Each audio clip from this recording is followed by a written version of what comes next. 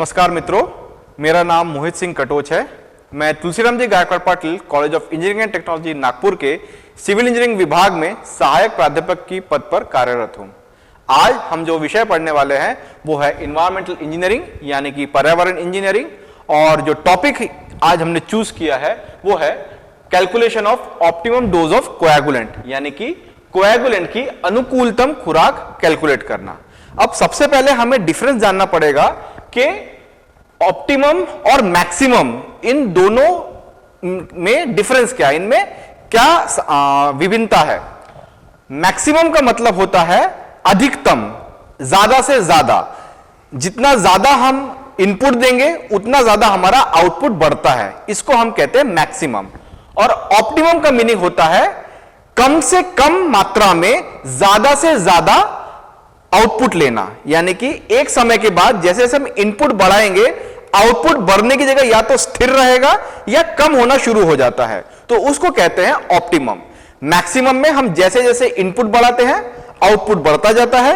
Optimum में एक level के एवरेज वैल्यू के आने के बाद आउटपुट बढ़ना कम हो जाता है। तो आज हम कोएगुलेंट की ऑप्टिमम डोज कैलकुलेट करेंगे।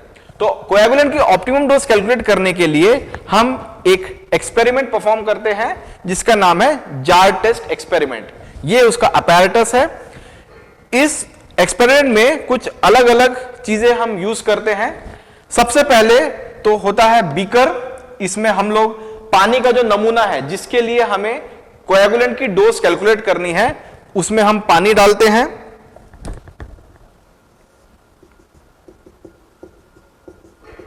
ऐसे हर बीकर में, हमने यहां पे 5 बीकर लिए हैं, पांचों बीकर में हम पानी का सैंपल यानी पानी का नमूना जो है ले लेंगे।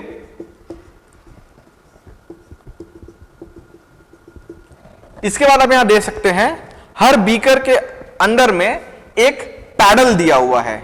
यह पैडल रोटेट होता है, घूमता है एक इलेक्ट्रिक मोटर की मदद से। तो मैं इसकी असेंबली कैसे काम करे ये भी बताऊंगा। तो यहां पे है एक पैडल, ये है हमारे बीकर्स, 5 बीकर हमने लिए हैं।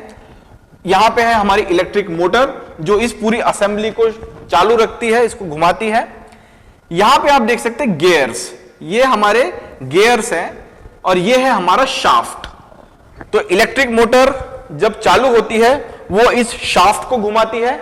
जैसे ये शाफ्ट घूमती है ये शाफ्ट इन गियर्स को घुमाता है और ये गियर जैसे घूमना शुरू होते हैं इसी के स्पीड के मुताबिक, इसकी गति के मुताबिक यहां पे हमारे जो पैडल्स है वो पानी के अंदर रोटेट होते हैं। और जब ये रोटेट होते हैं इसमें हम केमिकल मिलाते हैं जिसको हम कहते हैं कोएगुलेंट, यानी एक रसायन होता है कोएगुलेंट, उसको हम इस पानी में डालेंगे। और जब ये पैडल मूव होते हैं, रोटेट होते हैं, इनके रोटेशन की वजह से हमारा कोएगुलेंट पानी के साथ मिक्स हो जाता है। अब पानी में जो इंप्यूरिटीज होती है, जो गंदगी होती है, कोएगुलेंट क्या करता है, इन गंदगी को अपने साथ अटैच कर लेता है और अटैच करने के बाद एक फ्लॉक फॉर्म होता है। फ्लॉक, ये जो फ्लॉक बनता है ये फ्लॉक वजन में भारी होता है और भारी होने की वजह से ये सतह जो बीकर की निचली सतह है यहां पे आके ये फ्लॉक जमा हो जाता है। इस निचली सतह में एक फ्लॉक जमा हो जाएगा। तो फ्लॉक बनने के बाद जब ये नीचे चला जाता है तो गंदगी सारी नीचे आ जाती है और ऊपर जो है हमें साफ पानी मिलता है। तो जब एक वाटर ट्रीटमेंट यूनिट जो होता है, जो ट्रीटमेंट प्लांट है, वहां पे जो यूनिट है उस यूनिट में सेडिमेंटेशन और कोएगुलेशन यूनिट में ऐसे ही हमें कितनी मात्रा में कोएगुलेंट ऐड करना है।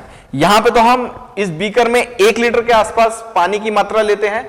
हमारे वाटर ट्रीटमेंट प्लांट में रोज हजारों लीटर, लाखों लीटर पानी आता है। तो उस लाखों लीटर पानी की कैपेसिटी को कोएगुलेट करने के लिए, ताकि उसमें गंदगी रिमूव हो सके, कितना हमें कोएगुलेंट पानी में ऐड करना पड़ेगा वो यहां से हमें पता चलता है। तो इस बीकर में हमने 1 लीटर पानी लिया है। अब हम इसके प्रोसीजर के ऊपर आते हैं। तो सबसे पहले हम बीकर लेंगे, 5 बीकर हम अरेंज कर देंगे। बीकर में हमने 1 लीटर पानी, हर बीकर में 1 litre 1 litre 1 litre 1 litre 1 litre पांचों बीकर्स में हमने समान मात्रा में 1 लीटर पानी की सैंपल यानी नमूना लिया है। अब इसमें हम कोएगुलेंट ऐड करेंगे। तो सबसे पहले बीकर में हम जनरली क्या करते हैं, पहले बीकर में हम 0 ml यानी कि हम कोई भी कोएगुलेंट ऐड नहीं करते हैं पहले बीकर में। दूसरे बीकर में हम 1 ml डालेंगे, तीसरे बीकर में हम 2 ml डालेंगे, चौथे बीकर में हम 3 ml डालेंगे और पांचवें बीकर में हम 4 ml, यानी ऐसे बढ़ती हुई संख्या में हम जो है कोएगुलेंट ये रसायन इस पानी में डालते हैं। अब अलग अलग मात्रा में कोएगुलेंट डालने के बाद हम इस इलेक्ट्रिक मोटर को शुरू करते हैं। इलेक्ट्रिक मोटर की स्पीड हम रखेंगे 30 to 40 आरपीएम, 30 से 40 आरपीएम की स्पीड पे हम इस मोटर को शुरू करेंगे, जो कि करीब करीब 10 से 20 मिनट तक रोटेट होगी। और ये जो पैडल है 30 से 40, 1 मिनट में 30 से 40 रोटेशन इस बीकर के अंदर ये लेंगे और इसको हम 10 से 20 मिनट तक चलाएंगे। 10 से 20 मिनट होने के बाद अगला स्टेप है हमें इस मोटर की स्पीड को रिड्यूस करना है, कम करना है, ताकि इसकी भी स्पीड, पैडल की स्पीड कम हो जाए। ये 10 से 20 मिनट होने के बाद हम इसकी स्पीड को रिड्यूस कर देंगे तकरीबन 5 से 10 आरपीएम तक और इसको हम चलाएंगे अगले 30 मिनट तक। तो अगले 30 मिनट तक हमारी जो मोटर है वो 5 से 10 आरपीएम की स्पीड पे रोटेट होगी और हमारे पैडल्स भी इसी स्पीड पे रोटेट होंगे। इतना समय होने के बाद जैसे ही इस स्पीड पे 30 मिनट हो जाते हैं हम इस मोटर को बंद कर देंगे।